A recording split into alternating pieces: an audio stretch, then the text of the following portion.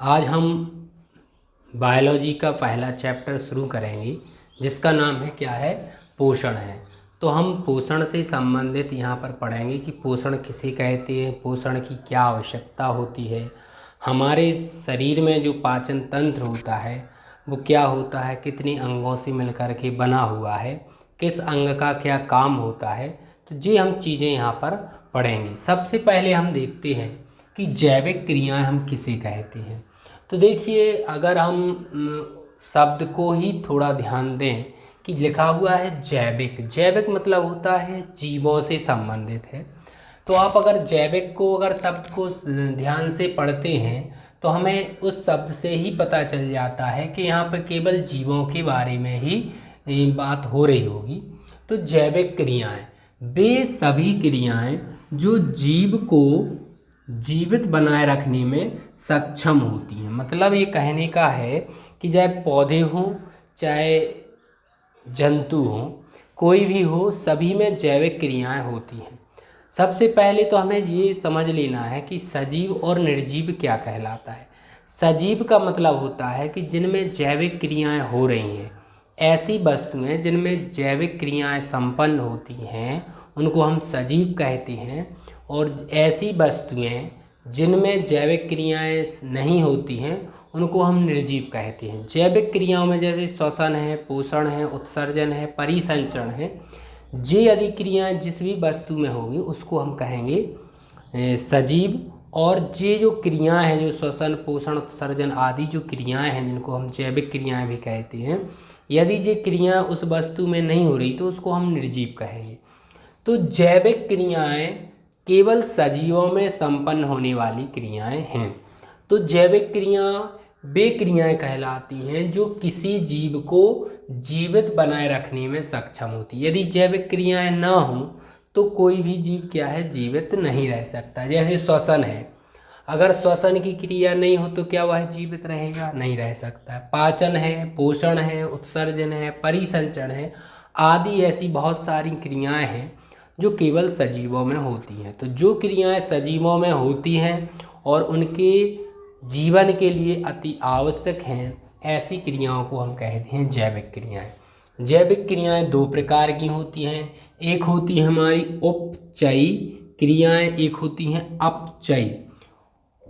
उपचयी क्रियाएं वे क्रियाएं कहलाती हैं जिनमें क्या होती हैं, छोटे छोटे पदार्थ मिलकर के एक बड़े नए पदार्थ का निर्माण करती हैं। जैसे हमने लिखा है यहाँ प्रकाश संश्लेषण। तो आप जानते हैं कि प्रकाश संश्लेषण पौधों में होने वाली एक बहुत ही महत्वपूर्ण क्रिया है जिसके द्वारा पेड़ पौधे क्या करते हैं, अपना भोजन बनाने की क्रिया करती हैं। ठीक है, तो इसमें क्या होता है, जो पौधे होते हैं वो जल, कार्बन डाइऑक्साइड का उपयोग करके भोजन का निर्माण करते हैं, यानी ग्लूकोज, कार्बोहाइड्रेट का निर्माण करते हैं।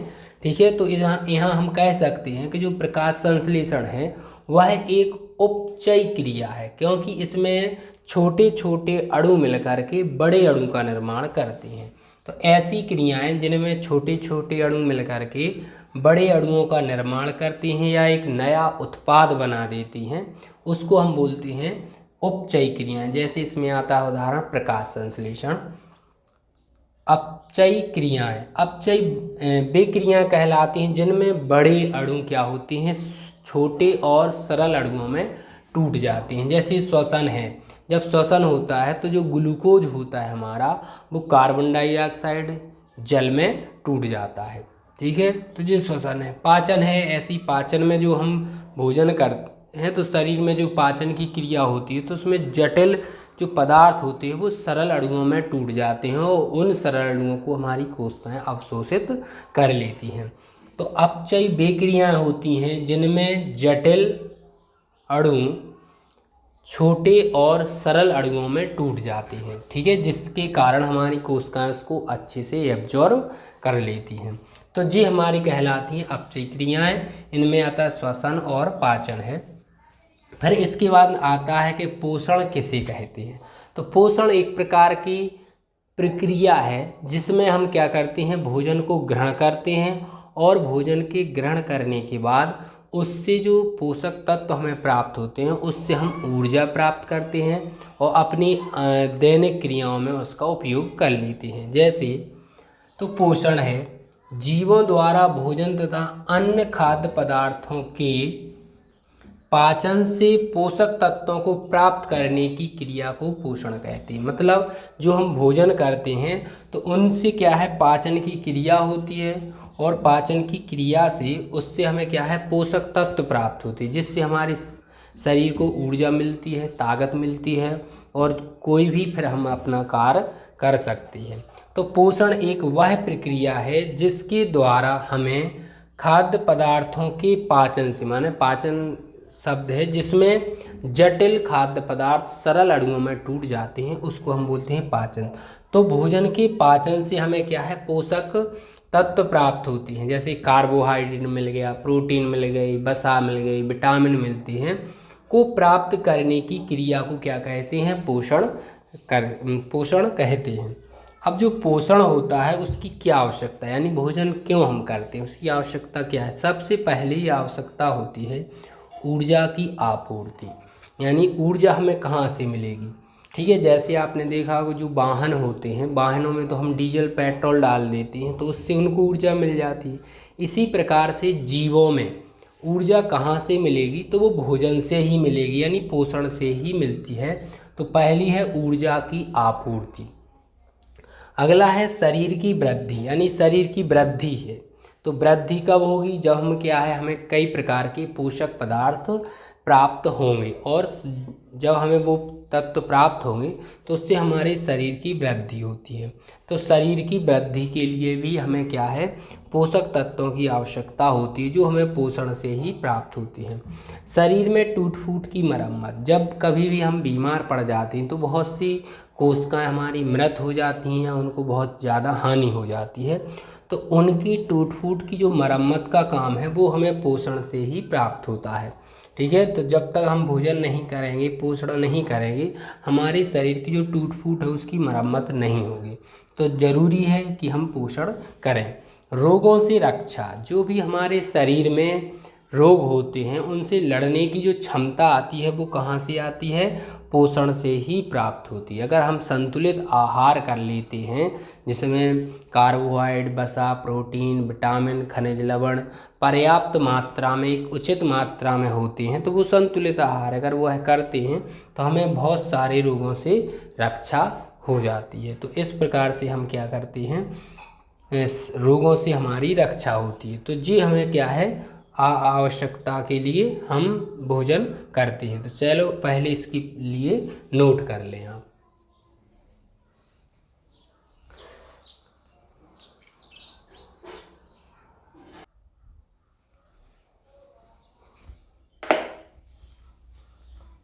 अब हम देखेंगे पोषण के प्रकार क्या होते हैं। तो पोषण हमारा दो प्रकार का होता है। ठीक है, एक तो होता है स्वापोषी पोषण, एक होता है परपोषी पोषण या इसको विषमपोषी पोषण कहते हैं। मतलब जो पोषण होता है वो जीवों द्वारा भोजन करने की विधि के आधार पर दो प्रकार का होता है। एक तो होता है स्वापोषी पोषण, मतलब जो अपना भोजन स्वयं बनाते, इसमें कौन आते हैं, पौधे। तो स्वापोषी क्या हो गए, पौधे होते हैं जो एक प्रकाश संश्लेषण की क्रिया करते हैं। हम आगे जाके पढ़ेंगे कि प्रकाश संश्लेषण किसे कहते हैं। तो पौधे क्या हैं, स्वापोषी कहलाते हैं। विषमपोषी या परपोषी पोषण, इसमें आते हैं सभी जंतु। ठीक है, जंतु। लेकिन एक युगलीना एक ऐसा जंतु है जो अपना भोजन क्या है, स्वयं बनाता है, क्योंकि उसमें क्लोरोफिल पाया जाता है। तो याद रखना है कि जंतुओं में एक ऐसा भी जंतु है जो अपना भोजन स्वयं बना लेता है, जिसको हम बोलते हैं युगलीना, क्योंकि युगलीना में क्लोरोफिल पाया जाता है। तो जी याद रखना है, यानी अपवाद कौन है, युगलीना। यहाँ लिख लेना है हमें, अपवाद क्या है, युगलीना, क्योंकि युगलीना अपना भोजन स्वयं बनाता है। जी याद रखना है। ठीक है, अब भोजन संश्लेषण की विधि के आधार पर प्रकार, माने जो भोजन बनाने की प्रक्रिया है, जो मान लीजिए जो स्वपोषी पोषण है उसमें जो जितने भी जीव आते हैं, ठीक है, वह भोजन संश्लेषण की विधि के आधार पर प्रकार। तो एक तो होते हैं आपके प्रकाश संश्लेषी जिसमें पौधे आते हैं, और एक होते हैं रसायन संश्लेषी जिसमें क्या आते हैं, कुछ जीवाणु आते हैं, ठीक है, जैसे नाइट्रिकारक जीवाणु, सल्फर जीवाणु, ठीक है। अब प्रकाश संश्लेषी क्या कहलाते हैं? प्रकाश संश्लेषी वे जीव कहलाते हैं जो अपना भोजन सूर्य के प्रकाश की उपस्थिति में बनाते हैं और वो प्रकाश संश्लेषण की क्रिया करते हैं, इसलिए इनको बोलते हैं प्रकाश संश्लेषी। मतलब प्रकाश की उपस्थिति में भोजन का संश्लेषण करेंगे, इसलिए इसको बोलते हैं प्रकाश संश्लेषी। इसमें कौन आते हैं? पौधे आते हैं। फिर इसके बाद आता है रसायन संश्लेषी।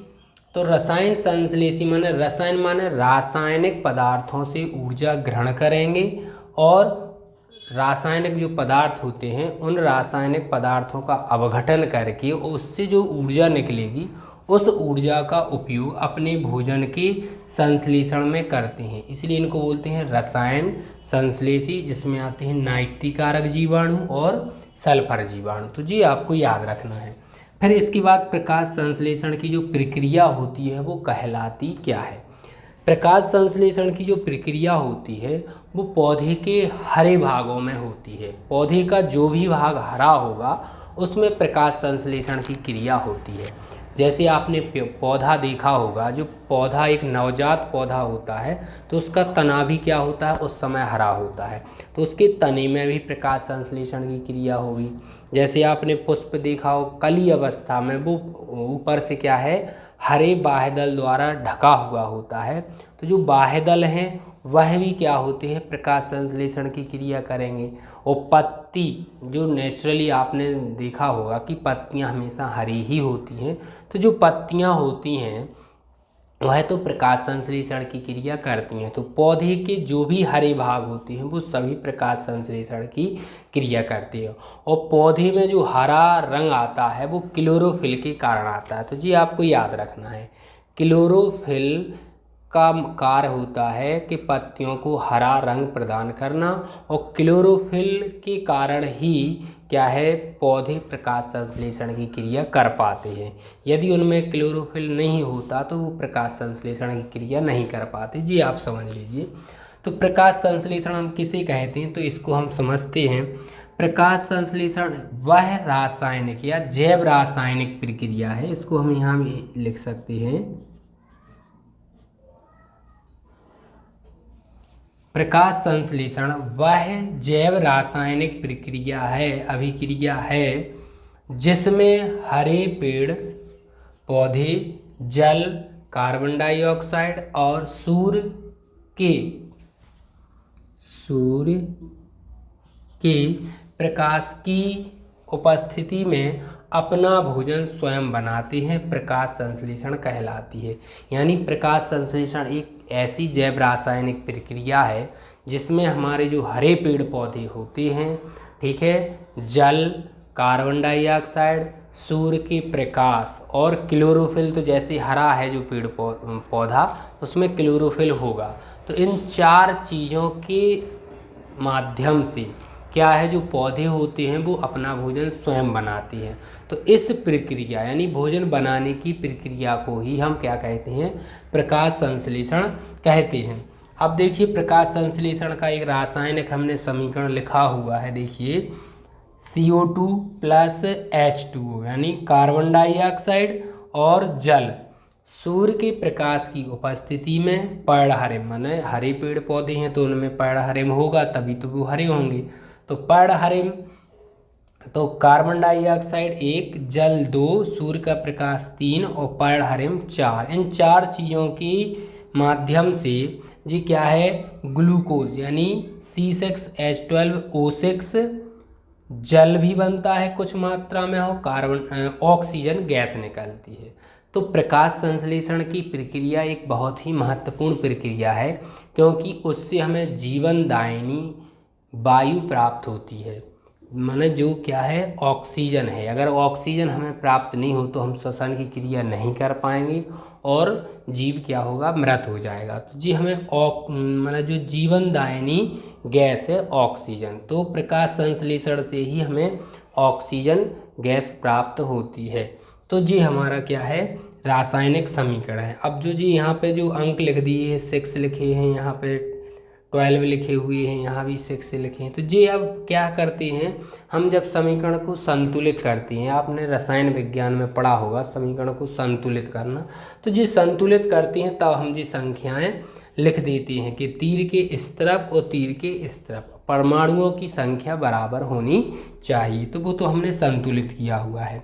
तो इसको बहुत अच्छे से आप याद कर लीजिए, और इसमें से आपसे प्रश्न पूछा जाता है कि जो ऑक्सीजन है वो ऑक्सीजन कहाँ से निकलती है। तो वो याद रखना है, जल से ऑक्सीजन निकलती है, मतलब जल से ऑक्सीजन निकलती है जी, आपको याद रखना है। ठीक है, तो इसको पहले आप नोट कर लें।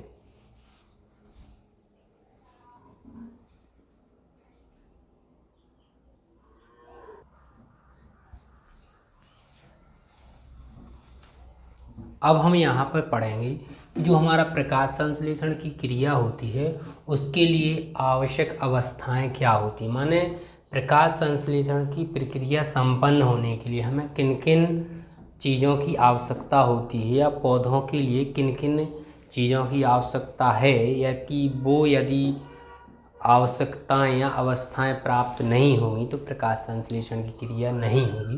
तो सबसे पहले तो होता है हमें प्रकाश, यानी प्रकाश बहुत ज़रूरी है, क्योंकि प्रकाश, जैसे हम भोजन बनाते हैं तो हमें ऊर्जा की आवश्यकता होती है भोजन पकाने के लिए, उसी प्रकार से यहाँ पर भी क्या होता है, पौधों के लिए भी क्या है, भोजन के लिए ऊर्जा की आवश्यकता होती है। तो वह ऊर्जा जो प्राप्त होती है वो हमें प्रकाश से प्राप्त होती है।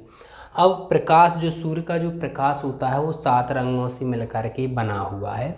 तो उसमें जो लाल रंग की जो तरंगदैर्घ्य होती है उसमें प्रकाश संश्लेषण की प्रक्रिया सबसे अधिक होती है। जी आपको याद रखना है कि लाल रंग में जो सूर्य का लाल रंग का जो तरंगदैर्घ्य होता है, सूर्य के प्रकाश में जो लाल रंग होता है, क्योंकि उसका तरंगदैर्घ्य अधिक होता है, तो लाल रंग में प्रकाश संश्लेषण की प्रक्रिया सबसे अधिक होती है, क्योंकि उसका तरंगदैर्घ्य बहुत अधिक होता है।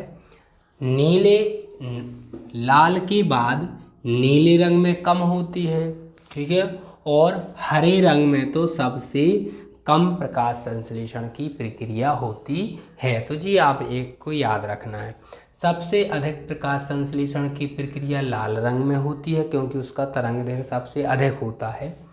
फिर इसके बाद आता है नीले रंग में, उससे लाल से कम नीले रंग में होती है, और नीले से यानी कम और सबसे कम हरे रंग में प्रकाश संश्लेषण की प्रक्रिया होती है। तो जी हो गया, सबसे पहली अवस्था थी कौन सी, प्रकाश। फिर इसके बाद आता है पर्णहरिम। पर्णहरिम में बताया है कि जो पर्णहरिम का काम होता है प्रकाश संश्लेषण में, वो प्रकाश की ऊर्जा को अवशोषित करने का है, यानी प्रकाश को अवशोषित करने का काम किसका होता है, पर्णहरिम। इसको इंग्लिश में हम क्लोरोफिल भी कहते हैं। तो जो पर्णहरिम होता है वह सूर्य के प्रकाश की ऊर्जा को अवशोषित कर लेता है, और फिर उससे क्या है, प्रकाश संश्लेषण की प्रक्रिया संपन्न होती है। अगली अवस्था जो होती है CO2 यानी कार्बन डाइऑक्साइड होती है, ठीक है। तो कार्बन डाइऑक्साइड की भी बहुत ज़्यादा आवश्यकता होती है, क्यों, क्योंकि बगैर कार्बन डाइऑक्साइड के हम ग्लूकोज का निर्माण नहीं कर सकते हैं। तो तीसरी अवस्था है कार्बन डाइऑक्साइड। फिर आता है टेम्परेचर, हमारा चौथी जो अवस्था है उसमें टेम्परेचर कितना होना चाहिए। यदि वातावरण का जो टेम्परेचर है वो हमारा 10 से 35 डिग्री सेल्सियस के आसपास है, यानी 10 और 10 से अधिक, 35 से कम होना चाहिए। यदि टेम्परेचर इन दोनों के बीच में होता है तो प्रकाश संश्लेषण की जो प्रक्रिया होती है वो बहुत अच्छे से संपन्न होती है। यदि 10 से टेम्परेचर कम हो जाए या 35 से टेम्परेचर अधिक हो जाता है तो जो हमारा क्लोरोफिल होता है वह क्या होता है, नष्ट होने लगता है। अगर 35 से ज़्यादा टेम्परेचर होता है, ठीक है, तो इस जिससे हमारी प्रक्रिया बाधित हो जाएगी। इसलिए टेम्परेचर अगर इतने के बीच में है तो प्रकाश संश्लेषण की जो प्रक्रिया होगी बहुत अच्छी तरीके से संपन्न होती है। फिर इसके बाद आते हैं खनिज लवण। तो जो जल में जो खनिज लवण घुले हुए हैं उनकी भी बहुत ज़्यादा आवश्यकता होती है, जैसे मैग्नीशियम है, मैग्नीज है, आयरन है आदि। तो इन खनिज लवणों की बहुत ज़्यादा आवश्यकता होती है।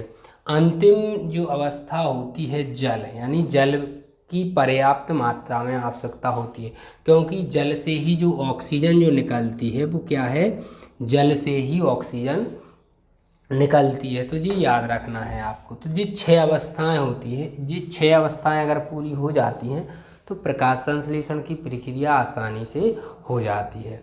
अब इसके बाद प्रकाश संश्लेषण का क्या महत्व है, यानी प्रकाश संश्लेषण की क्रिया यदि नहीं होगी तो क्या प्रभाव पड़ेंगे वातावरण में। सबसे पहला तो इसका महत्व होता है भोजन का उत्पादन। अब देखो भोजन का उत्पादन होता है वो प्रकाश संश्लेषण के द्वारा ही इसका उत्पादन किया जाता है। जीव जो होते हैं चाहे वो स्वापोषी हों चाहे वो विषमपोषी हों, उन्हें भोजन जो प्राप्त होता है वो प्रकाश संश्लेषण से ही प्राप्त होता है। अगर प्रकाश संश्लेषण की क्रिया नहीं होती है तो जो जंतु होते हैं उन्हें भी भोजन प्राप्त नहीं होगा। तो भोजन की जो प्राप्ति होती है या उत्पादन जो होता है वो प्रकाश संश्लेषण प्रक्रिया के द्वारा ही होता है और ये काम हमारे पौधे करते हैं। ठीक है, इसके बाद है ऊर्जा की आपूर्ति। अब देखिए अभी हमने बताया कि जब प्रकाश संश्लेषण की क्रिया होती है तो उसमें ऊर्जा की आवश्यकता होती है, और वह ऊर्जा हमें कहाँ से प्राप्त हो जाती है, पौधों को सूर्य के प्रकाश से प्राप्त होती है। तो जो सूर्य की प्रकाश ऊर्जा है वो पौधे ऊर्जा को रासायनिक रूप में भोजन के रूप में संचित कर लेते हैं। यानी जो पौधे होते हैं जो भोजन बनाते हैं वो मंड, यानी इंग्लिश में अगर उसको कहा जाए तो स्टार्च के रूप में वो अपने शरीर में संचित कर लेते हैं। तो उसी स्टार्च के अंदर जो सूर्य की ऊर्जा होती है प्रकाश ऊर्जा, वो रासायनिक ऊर्जा के रूप में संचित रहती है। जी आपको याद रखना है। यानी पौधे प्रकाश संश्लेषण की प्रक्रिया के द्वारा सूर्य की प्रकाश ऊर्जा को रासायनिक रूप में ऊर्जा को संचित कर लेते हैं और उसी रासायनिक ऊर्जा को हम क्या है भोजन के रूप में ग्रहण करते हैं। तो जो ऊर्जा का जो स्रोत है वो क्या होता है, हमारे प्रकाश संश्लेषण की प्रक्रिया ही होती है। ठीक है, वायुमंडल का शुद्धिकरण। वायुमंडल का शुद्धिकरण का मतलब ये होता है कि जो जंतुओं के द्वारा जो श्वसन की क्रिया होती है उसमें CO2 छोड़ी जाती है, तो पौधे क्या करते हैं CO2 को ग्रहण करते हैं और फिर क्या है ऑक्सीजन को छोड़ते हैं। तो इस प्रकार से वायुमंडल की क्या है शुद्धिकरण होता है। ठीक है, तो वायुमंडल का शुद्धिकरण में भी प्रकाश संश्लेषण का बहुत अधिक महत्व है, क्योंकि पौधों के लिए प्रकाश संश्लेषण की क्रिया करने के लिए CO2 की आवश्यकता होती है और जो श्वसन करते हैं जो जीव श्वसन में CO2 छोड़ते हैं, तो पौधों के लिए वो उपयोगी हो गई। पौधे उसका उपयोग करके फिर हमें ऑक्सीजन प्रदान करते हैं जो हमारी एक जीवनदायिनी वायु होती है। तो वायुमंडल का शुद्धिकरण हो गया। अगला है अंतरिक्ष यात्रा में। तो अंतरिक्ष यात्रा में भी ऐसी शोध चल रहे हैं कि अंतरिक्ष जो यात्री होते हैं जो यहाँ से हमें भोजन की जो व्यवस्था करनी पड़ती है या सिलेंडर ले जाने पड़ते हैं तो उनकी आवश्यकता ना हो, इसके लिए क्या होती है कि जो अंतरिक्ष यात्री होते हैं जिस यान से वो जा रहे होते हैं उन यान में ही एक ऐसी व्यवस्था की जाए, ऐसे पौधे उगाए जाएं वहाँ पे कि जो क्या है जैसे शैवाल वगैरह ऐसे उगाए जाएं कि वहाँ ऑक्सीजन भी पर्याप्त मात्रा में मिलती रहे और वहाँ भोजन भी उनको प्राप्त हो सके। तो इस प्रकार की अंतरिक्ष यात्रा में भी इसका महत्व है और अभी चल रहा है, इस पे कार्य चल रहा है। ठीक है, तो अंतरिक्ष यात्रा में भी इसका महत्व है।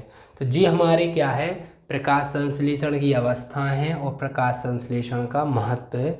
तो चलो इसके नोट कर लें आप।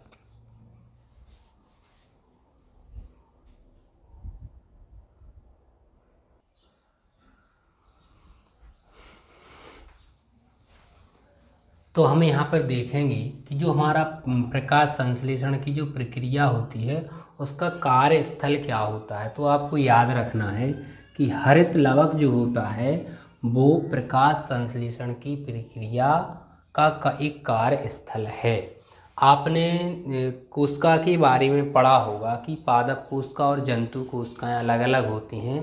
तो जो पादप कोशिका होती है उसका एक कोशिकांग है हरित लवक। तो हरित लवक में ही प्रकाश संश्लेषण की क्रिया होती, क्योंकि हरित लवक में एक हरे रंग का वर्णक होता है जिसको हम बोलते हैं क्लोरोफिल या पर्णहरिम बोलते हैं। तो याद रखना है कि जो हरित लवक है वो है कोशिका का एक कोशिकांग है, यानी कोशिका का एक अंग है जिसमें हरे रंग का एक वर्णक होता है जिसको हम बोलते हैं क्लोरोफिल या पर्णहरिम। तो ये क्या होते हैं, पत्ती में बहुत अधिक मात्रा में पाए जाते हैं। ठीक है, पत्ती की जो कोशिकाएं होती हैं उनमें हरित लवक बहुत अधिक मात्रा में पाए जाते हैं क्योंकि ये हरे रंग की होती हैं। ठीक है, तो प्रकाश संश्लेषण का जो कार्य स्थल है वो आपका क्या है, हरित लवक है जिसमें क्लोरोफिल पाया जाता है जिसके कारण वो हरा है और उस हरे रंग के कारण ही पत्तियां हरे रंग की होती हैं। अब हम एक पत्ती की जो एक प्रारूपिक संरचना होती है उसको हम यहाँ पर देखेंगे कि जैसे मान लीजिए तना है हमारा, यहाँ से जिस डंठल के द्वारा जो जुड़ी है पत्ती तना से उसको बोलते हैं हम पर्णवृंत बोलते हैं। ठीक है, और जिस बिंदु से ये क्या होती है, जो पर्णवृंत है वो हमारा तने से जहाँ जुड़ा हुआ है उसको हम बोलते हैं पर्णाधार बोलते हैं। ठीक है, इस चौड़े मतलब जो चौड़ा भाग जो दिख रहा है इसको हम बोलते हैं पत्र फलक बोलते हैं। जी क्या होता है, हमारा पत्ती का अग्रभाग होते हैं तो इसको बोलते हैं पर्णाग्र। पर्ण माने पत्ती होती है, पर्ण का अग्रभाग। यहाँ पे जो भी आपने देखा होगा कि ये इस प्रकार की सिराएं होती हैं तो ये सिराएं ही कहलाती हैं। तो जी हमारी प्रारूपिक पत्ती की क्या होती है, एक संरचना होती है।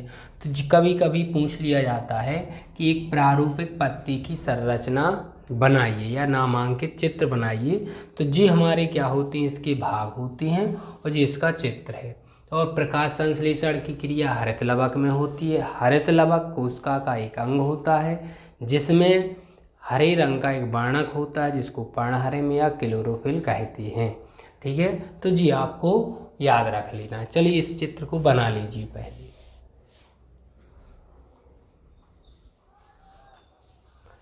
चलिए चित्र को बनाने के बाद हम देखते हैं कि आपने पत्ती देखी होगी। तो पत्ती एक पीपल की आप पत्ती ले लीजिए, पीपल की पत्ती जैसी हमने जी संरचना बनाई हुई है आप उसको ले लीजिए। तो ऊपरी सतह क्या होती है, बहुत ज़्यादा चिकनी होती है, जबकि उसकी निचली सतह अगर हम देखें तो निचली सतह जो कुछ खुरदरी होती है, रफ टाइप में होती है। अब आपको याद रखना है कि जो हमारी पत्तियाँ होती हैं ऊपरी सतह चिकनी होने का कारण ये होता है कि सबसे प्रकाश संश्लेषण की जो प्रक्रिया होती है वो पत्ती में होती है।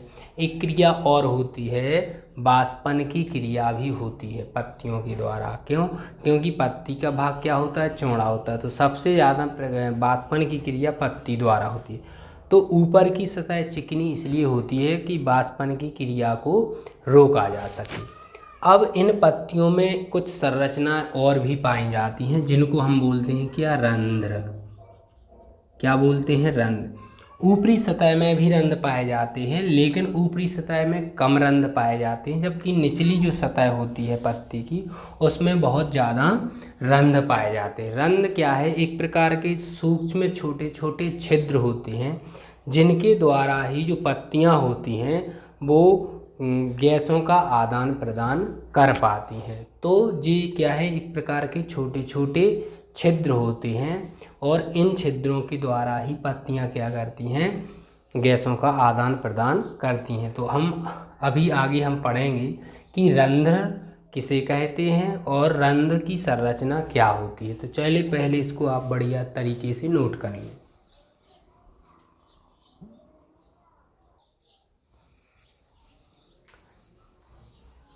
अब हम देखेंगे कि रंध्र और द्वार कोशिकाएं क्या होती हैं। तो सबसे पहले हम देखते हैं कि एक हमने डायग्राम बनाया हुआ है जी, हमारे एक रंध्र का चित्र बनाया हुआ है। ठीक है, तो जी हमारे क्या है, एक रंध्र है और ये जो डबल लेयर में हमने यहाँ पर बनाया हुआ है जी क्या होती है, रक्षक जो कोशिकाएं होती है उसकी आंतरिक मोटी परत होती है।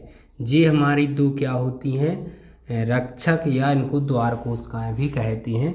तो जी दो कोशिकाएं होती हैं जो सेम के बीज के आकार की या वृक्क के आकार की कोशिकाएं होती हैं। ठीक है, तो इनकी जो आंतरिक सतह होती है वो क्या होती है, मोटी होती है। बीच में जो छिद्र होता है उसको बोलते हैं रंध्र, छिद्र बोलती हैं।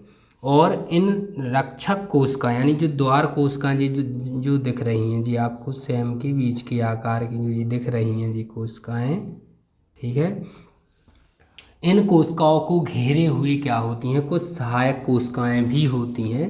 ठीक है, इनको देखिए जी लिखा हुआ है ना, रक्षक कोशिकाएं या जी हैं आपकी क्या, द्वार कोशिकाएं। इनमें हरित लवक भी होती हैं, क्लोरोप्लास्ट भी पाए जाते हैं, जीवद्रव भी पाया जाता है, माने सभी कोशिकांग इसमें पाए जाते हैं। जी आपकी हर एक कोशिका में के केंद्रक होता है। तो जी क्या हो गया हमारा कि जी क्या है, एक रंध्र की संरचना होती है। तो रंध्र क्या होते हैं, पत्ती की निचली और ऊपरी सतह पर पाए जाने वाले छोटे छोटे छिद्र होते हैं जिनके द्वारा पौधे वाष्पोत्सर्जन एवं गैसों का आदान प्रदान करते हैं। ठीक है, जो हमारे रंध्र होते हैं जो दो वृक्क के आकार की कोशिकाओं से घिरे होते हैं या सेम के बीच की आकार की कोशिकाओं से घिरे होते हैं, जिनकी जो आंतरिक सतह होती है वो क्या होती है, मोटी। देखो डबल लेयर में बनाई ना हमने आंतरिक सतह, तो इनकी मोटी सतह होती है। ठीक है, इन्हीं द्वार कोशिकाओं या रक्षक कोशिकाओं के द्वारा क्या होते हैं, रंध्र खुलते हैं और बंद होते हैं। इनको चारों तरफ से घेरी हुई क्या होती है, हमारी सहायक कोशिकाएं होती हैं। ठीक है, तो जी एक हमारी क्या होती है, जो रंध्र होते हैं हमारे जी क्या होती है, इनकी एक चीज़ संरचना होती है। तो इसको आप समझ लीजिए और इस चित्र को आप बना लीजिए, क्योंकि ये परीक्षा में आपसे पूछा जाता है कि रंध्र क्या होते हैं, उनके काम क्या होते हैं और उनका एक नामांकित चित्र बनाइए। तो जी आपका रंध्र का चित्र है, तो इसको अपनी नोटबुक में बना लीजिए।